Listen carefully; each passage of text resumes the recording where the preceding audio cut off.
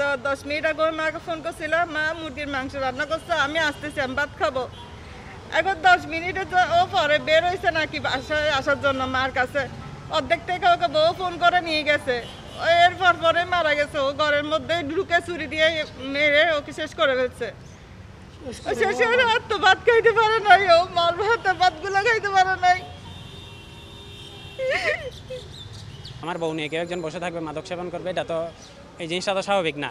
তিনি হত্যাকাণ্ডের শিকার হয়েছেন। তার স্ত্রী পরকীয়া প্রেমে তিনি আসক্ত ছিলেন এবং তার পরকীয়া প্রেমিক যিনি ছিলেন তাকেই মূলত গতকালকে রাতে তাদের বাসায় ডেকে নেওয়া যাওয়া হয়, যেখানে আমার বন্ধু উপস্থিত ছিলেন এবং তার বাচ্চাদেরকে নিয়ে সে তার সময় কাটাচ্ছিলেন। ওই মুহূর্তেই মূলত তার স্ত্রী তাকে পেছন থেকে দরজাটা বন্ধ করে দেয় এবং তার রুমের মধ্যে যিনি হত্যাকাণ্ড ঘটিয়েছেন তার প্রেমিক, অর্থাৎ কথিত যেই পরকীয়া প্রেমিক সাইফু, তিনি হচ্ছে ছুরিকাঘাত করে আমার বন্ধুকে হচ্ছে গিয়ে আপনার জবে করা হয়। প্রথমে জবে করার পরে মৃত্যু নিশ্চিত করার জন্য পুরো শরীরের মধ্যে উপর্যুপরি ছুরিকাঘাত করে তার মৃত্যু নিশ্চিত করে। এবং আমরা যেটা জেনেছি সেটা শুধুমাত্র ইনস্ট্যান্ট কোনো ডিসিশনে বা সিদ্ধান্তে এই হত্যাকাণ্ড হয়নি, এটি একটি পূর্ব পরিকল্পিত হত্যাকাণ্ড ছিল। যে হত্যাকাণ্ডটা সম্পূর্ণভাবে ঘটিয়েছে মাস্টার প্ল্যানার ছিল হচ্ছে তার স্ত্রী, যিনি হত্যাকাণ্ডের শিকার হয়েছেন তার স্ত্রী ছিলেন হচ্ছে এই হত্যাকাণ্ডের মূল মাস্টার প্ল্যানার, এবং হত্যাকাণ্ডটা ঘটিয়েছে তার স্ত্রীর কথিত পরকীয়া প্রেমিক সাইফু। আমরা চাই যে অতি দ্রুত সময়ের মধ্যে কোনো ধরনের কালক্ষেপণ না করে অতি দ্রুত সময়ের মধ্যে এই হত্যাকাণ্ডের যেন একটি সুষ্ঠু এবং নিরপেক্ষ বিচার হয়।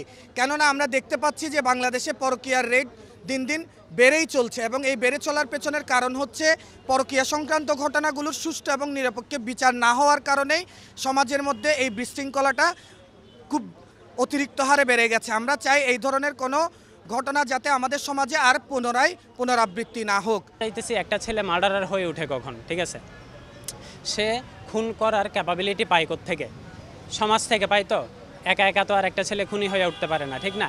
তো ওই গতকাল রাতের আমি মানে খুব সরাসরি ঘটনাটা বলতেছি, গতকাল রাত 9টায় আমার বন্ধুকে তার ওই বউ, তথাকথিত বউ, এগুলোর তো আসলে বউ বলা যাবে না, ওই পরকীয়া প্রেমিকের সাথে সে অলরেডি বাসায় ছিল। আমার বন্ধুকে কল দিয়ে নিয়ে গেছে। তো কল দিয়ে নিয়ে যাওয়ার পর তারা ওইখানে ওই যে মাদক সেবন করতেছিল। তো ওইখানে কোনো একটা হাতাহাতি হয়, মানে স্বাভাবিক, আমার বউ নিয়ে কেউ একজন বসে থাকবে, মাদক সেবন করবে, এটা তো এই জিনিসটা তো স্বাভাবিক না। তো আপনার হাতাহাতি হওয়ার মধ্যে আমার বন্ধুকে নির্মমভাবে আপনার ছুরি দিয়ে একেবারে গলাটা দাবিয়ে দেওয়া হয়েছে। আপনি ছবি দেখলে বুঝতে পারবেন, এখানে মর্গে লাশ আছে, সারা শরীরে ক্ষতবিক্ষত করে ফেলা হয়েছে, এখানে গালের মধ্যে এমন দাগ দেওয়া হয়েছে, দাঁত পর্যন্ত দেখা যাচ্ছে। খুব নির্মমভাবে তাকে হত্যা করা হয়েছে।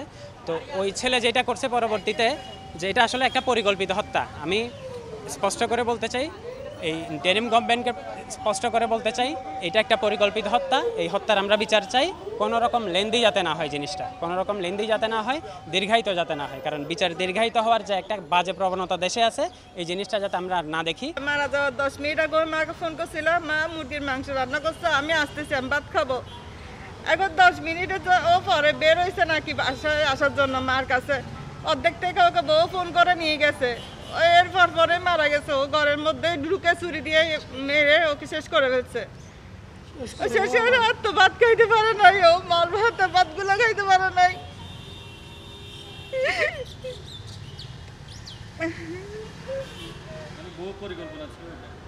বউ নিশ্চয় জড়িত আছে, না তো বউ নিয়ে গেল কেমনে? বউ বাঁচায় নাই কেন? একটা মানুষকে 30টা যা আঘাত করছে, বউ বাঁচায় নাই কেন? বউ মারা যাওয়ার পর কেন আসি শাশুড়িকে বলতেছে আপনার ছেলেকে মেরে ফেলছে? ও মানুষ ডাকতে পারে নাই, ও চিল্লাইতে পারে নাই, ও তো কিছুই করে নাই। মারা যাওয়ার পর আসি শাশুড়িকে বলছে আপনার ছেলেকে সাইফু মেরে ফেলছে। আশেপাশে তো পুরো ফ্ল্যাটে অনেকগুলো ফ্ল্যাট আছে, ও তো কাউকে ডাকে নাই, ও চিল্লিও করে নাই, ও কোনো রকম বাঁচানোর চেষ্টাও করে নাই। তাহলে নিশ্চয়ই জড়িত আছো। আমরা এর উপযুক্ত বিচার চাই।